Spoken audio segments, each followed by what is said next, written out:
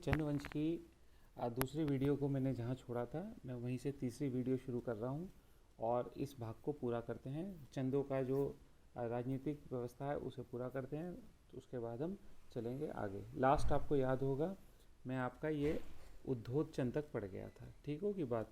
तो उद्धोत चंद तक पढ़ने के बाद अब मैं नेक्स्ट आ रहा हूँ। जो नेक्स्ट शासक है उसका नाम है ज्ञानचंद।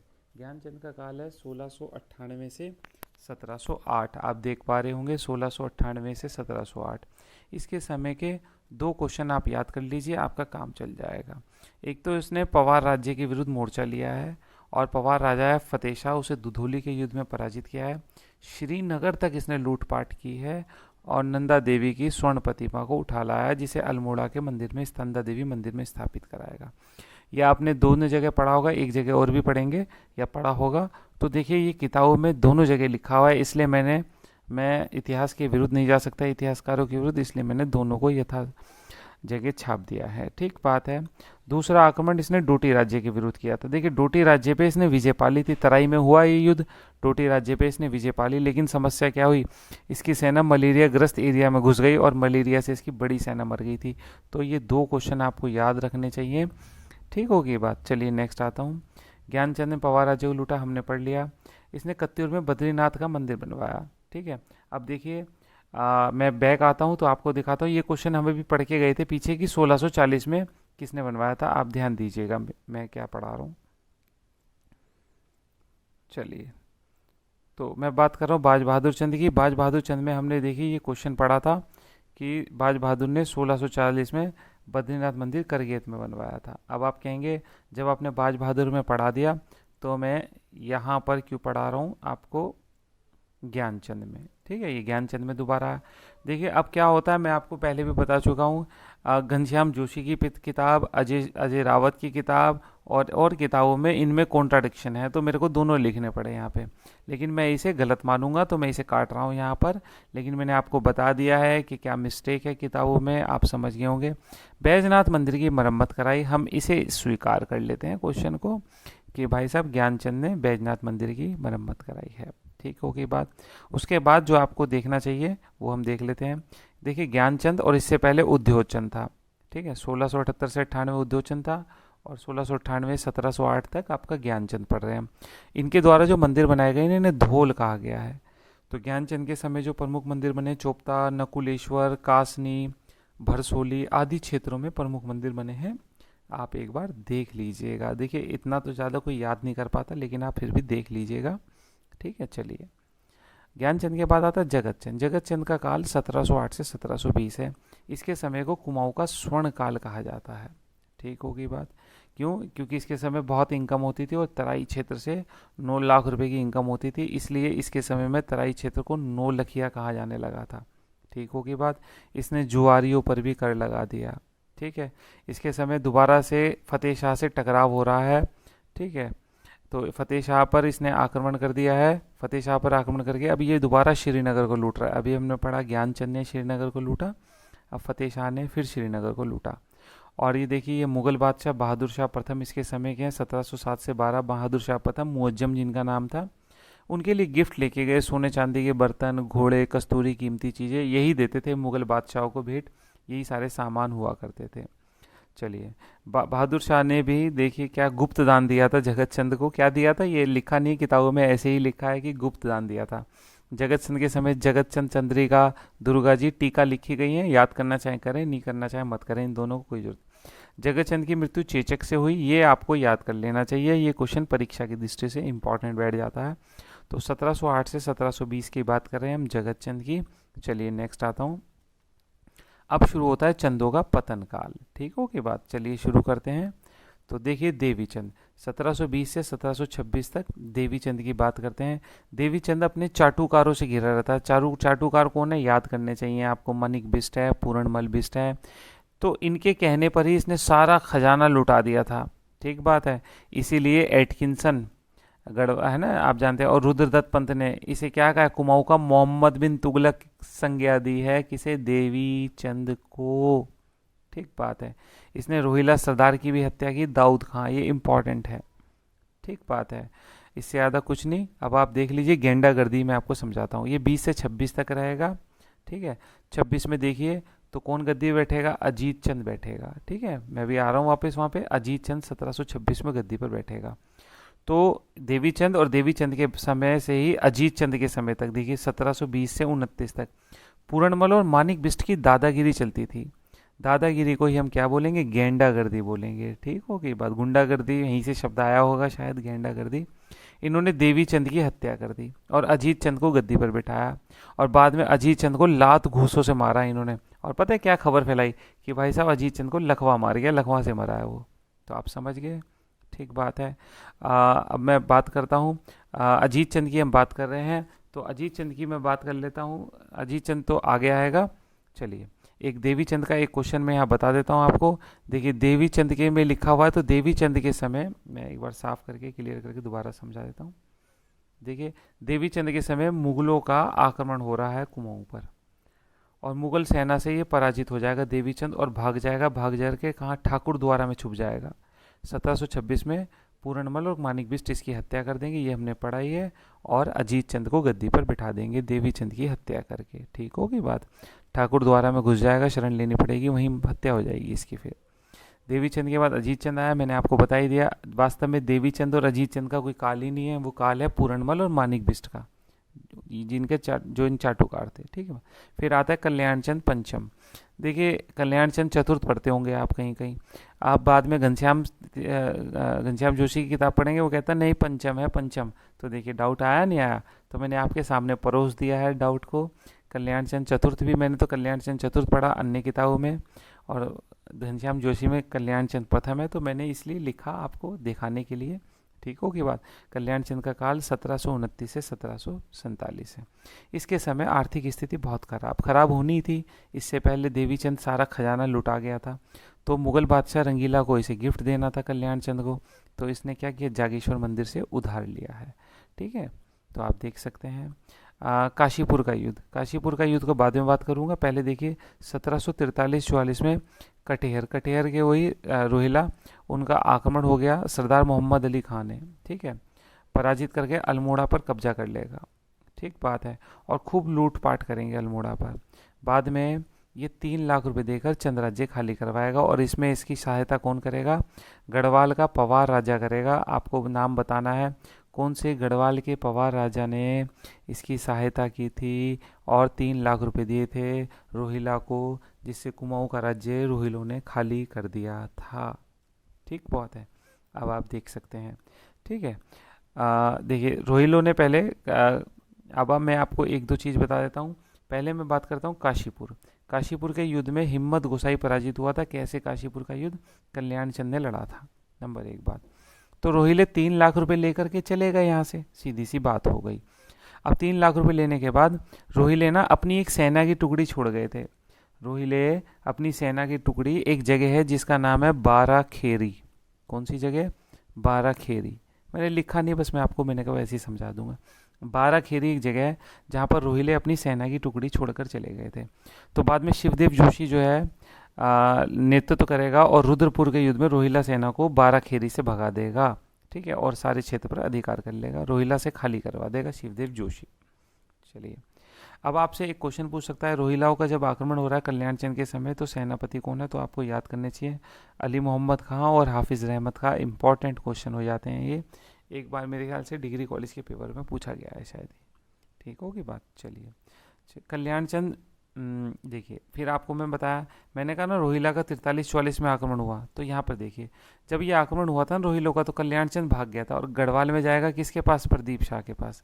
प्रदीप शाह क्या करेगा, रोहिलों से संधि कराएगा और अपने कोष से 3 लाख रुपए देगा। यही मैं क्वेश्चन आपसे पूछ रहा था, ये लिखा हुआ मिल गया आपको।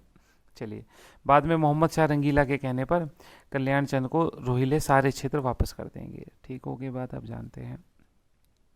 मुगल वजीर कमरुद्दीन के जब ये मुगल दरबार में गया था कल्याण चंद, तो कमरुद्दीन ने इसे गार्ड ऑफ ऑनर दिया था। ठीक हो गई बात। चलिए, इसे कुमाऊं का कुंभकर्ण भी कहते हैं। ठीक, कल्याण चंद को। तथा चंद वंश का अनपढ़ शासक की संज्ञा भी इसे ही दी जाती है, कल्याण चंद को। इसके समय में कवि शिव थे, जिन्हें कल्याण चंद्रोदयम नाम की पुस्तक लिखी है कवि शिव ने। ठीक हो गई बात। चलूँ मैं आगे। चलिए, अल्मोड़ा में चौमहला महल किसने बनवाया? कल्याण चंद ने बनवाया। अंतिम समय में इसे आंख की बीमारी होने से इसकी मृत्यु अंधा होकर मरा था ये। चलिए, देखिए, जब मैंने आपको कहा रोहिलों ने अधिकार कर लिया, रोहिलों के जाने के बाद शिवदेव जोशी ने जब वापस मिल गया चंदू को, तो इसने काशीपुर, जो बहला नदी के किनारे है, और रुद्रपुर, वहाँ पर उसका पुनर्निर्माण करवाएगा, किलों की मरम्मत करवाएगा काशीपुर रुद्रपुर की। तथा ये पौड़ी में विंसर जगह है, विंसर गांव का भी विकास करेगा, वहाँ पर्यटन के रूप में विकसित करेगा विंसर गांव को। और विंसर महादेव का मंदिर भी यही बनवाएगा शिवदेव जोशी, जहाँ पर बाद में यूरोपीय लोग टीवी का चिकित्सालय बनवाएंगे। ठीक हो की बात, आप देख सकते हैं। तो आप ये शिवदेव जोशी के बारे में पढ़ा, इन्हीं का लड़का बाद में हम पढ़ेंगे हर्षदेव जोशी, अभी आने वाला है आगे। चलूँ आगे। दीपचंद। दीपचंद 1747 से 1777 तक है।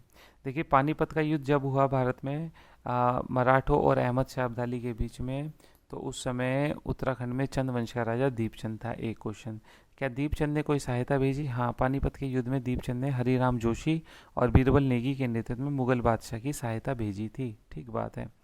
इन्होंने बाण, रॉकेट आदि का प्रयोग किया था। चलिए, बेटन क्या कहते हैं दीपचंद को? बेटन दीपचंद को कहते हैं कि ये दीपचंद के चचेरे भाई को जैली उत्तराधिकारी कहते हैं। ये हर किताब में लिखा हुआ है, मैंने इसलिए लिख दिया। कहीं आपसे पूछ ले बेटन, बेटन कौन है, मैं आपको बताऊंगा, कुमाऊं कमिश्नर में है ये। तो ये दीपचंद के चचेरे भाई को क्या कहते हैं? जाली उत्तराधिकारी कहते हैं। चलिए, इससे ज़्यादा कुछ नहीं है। दीपचंद ने जागेश्वर मंदिर का कर्जा वापस किया। आपने पढ़ा अभी, इसके पिताजी ने कल्याण चंद ने कर्जा लिया था, मोहम्मद शाह रंगीला को गिफ्ट देने के लिए कर्जा लिया था, अभी हमने पढ़ा है, तो आप देख सकते हैं। ठीक है, ये वाली बात है। कहाँ गया? ये रहा। ठीक है, कर्जा लिया था, तो उस कर्जे को अब कौन उतार रहा है? उस कर्जे को दीपचंद उतार रहा है। ठीक बात है। तथा देखिए, दिलीप मंजरी, इसकी रानी होगी दिलीप मंजरी, उसकी और खुद की 4 फुट की अष्ट धातु की मूर्ति जागेश्वर मंदिर में लगवाएगा। इससे पहले एक और शासक की आ चुकी है, शायद आप देखिएगा। और ये इसकी भी आगे एक बार पेपर में आया है कि जागेश्वर मंदिर में किस किस राजा की फ़ोटो है, तो आप देख लीजिए, दीपचंद और उसकी घरवाली की भी फ़ोटो है। चलिए, दीपचंद की दूसरी पत्नी कौन थी? सिंगार मंजरी थी, जो राजकाज में अत्यधिक हस्तक्षेप करती थी, याद रखिएगा। एक ने तो फोटो लगवा के खुश हो गई, दिलीप मंजरी, और एक सिंगार मंजरी है जो प्रशासन करती है। कहीं आपसे कहने लगे कि चंदू की नूरजहां किसे कहेंगे, कभी वो तुक्का मारना पड़े तो आप इसे ही मारिएगा। दीपचंद को गूंगा शासक भी कहते हैं, क्योंकि इसके समय वास्तविक शक्ति जो है, इसके संरक्षक थे शिवदेव जोशी, मैंने अभी पढ़ाया आपको शिवदेव जोशी। इन्होंने, जिसने काशीपुर रुद्रपुर का विकास किया, विंसर का पर्यटन के रूप में विकास किया, ये चलाते थे। तो हैमिल्टन ने दीपचंद को गूंगा शासक तक कह दिया है। चलिए, 1764 में इसके समय इसके यहाँ पे तराई भावर में सैनिकों ने वेतन वृद्धि के लिए विद्रोह कर दिया। इस विद्रोह को दबाते ही शिवदेव जोशी मारे जाएंगे। ठीक बात है। तथा 2 पुत्र जयदेव और हरिनिधि की भी हत्या कर दी जाएगी। वास्तव में शिवदेव जोशी के विरुद्ध एक षड्यंत्र था मेहरा फर्त्यालों का, ये विद्रोह करवाया गया था, और इस विद्रोह में शिवदेव जोशी मारे जाएंगे। ठीक बात है। शिवदेव ने 13 वर्ष तक तो ये कल्याण चंद के समय रहा, और 16 वर्ष तक दीपचंद के समय कुमाऊं का प्रशासन अपने हाथ में रखा था। चलिए, दीपचंद को क्या कहते हैं? दीपचंद को कुमाऊं का रंगीला बादशाह कहा जाता है। ये दीपचंद के बारे में बात कही गई है। ठीक होगी बात। कुमाऊं का रंगीला बादशाह किसे कहते हैं? दीपचंद को कहते हैं। चलो नेक्स्ट, मोहनचंद। चलिए, शिवदेव जोशी बड़ा ही अयोग्य था, बड़ा ही योग्य शासक था। ठीक है, जिसकी योग्यता से मेहरा फर्त्याल नाखुश थे, तो जिन्होंने उसकी हत्या करवा दी, और उसके पुत्र हर्षदेव जोशी, इसे कुमाऊं का चाणक्य कहेंगे, कैद करके गद्दी पर मोहनचंद को बिठा दिया। अब मेहरा फर्त्याल ने अपनी पार्टी के आदमी को गद्दी पर बिठा दिया है। अब हर्षदेव जोशी जेल में होगा। हर्षदेव जोशी गढ़वाल के राजा, गढ़वाल में इस समय ललित शाह शासन कर रहा होगा, जिसका काल 1772 से 80 है शायद, देखिएगा। ललित शाह से सहायता मांगेगा। अब ललित शाह कुमाऊं पर आक्रमण करेगा, और मोहनचंद हार जाएगा इस युद्ध में। ठीक बात है। और कुमाऊं पर ललित शाह क्या करेगा? अपने ही पुत्र प्रद्युमन शाह को गद्दी पर बैठा देगा। ये जो युद्ध था, इस युद्ध का नाम भगवाली पोखर का युद्ध था। इसमें गढ़वाल का पवार राजा ललित शाह वर्सेस मोहनचंद था। मोहनचंद पराजित हो जाएगा, और अब कुमाऊं के साथ, गढ़वाल के साथ साथ कुमाऊं पर भी पवारों का कब्जा हो जाएगा, और पवारों का राजकुमार, क्या नाम है उसका? नाम है आपका प्रद्युमन शाह। प्रद्युमन शाह गद्दी पर बैठ जाएगा। ठीक बात है। मोहनचंद बड़ा क्रूर शासक माना क्रूर शासक तो नहीं, चलिए, इसने एक नागा बाबाओं की फौज भी तैयार की थी युद्ध के लिए, तो बगवाली पोखर का आप युद्ध याद कर लेंगे। ठीक होगी बात।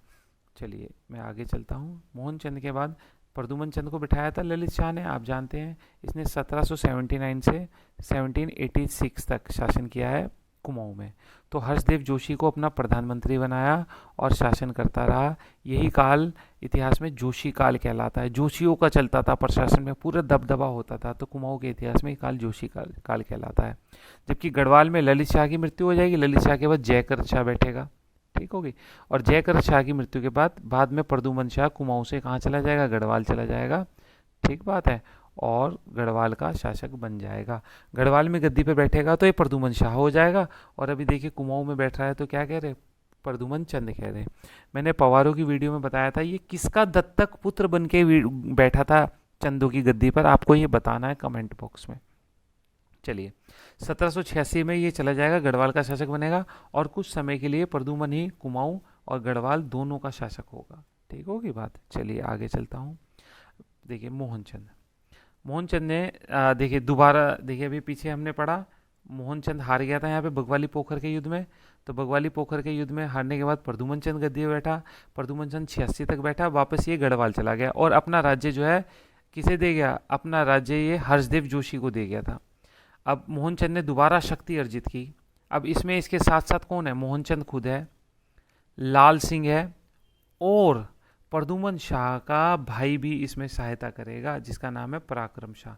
तो ये तीन का गैंग बन जाएगा और ये हर्षदेव जोशी को पराजित कर देंगे और इस युद्ध का नाम होगा पालीग्राम का युद्ध।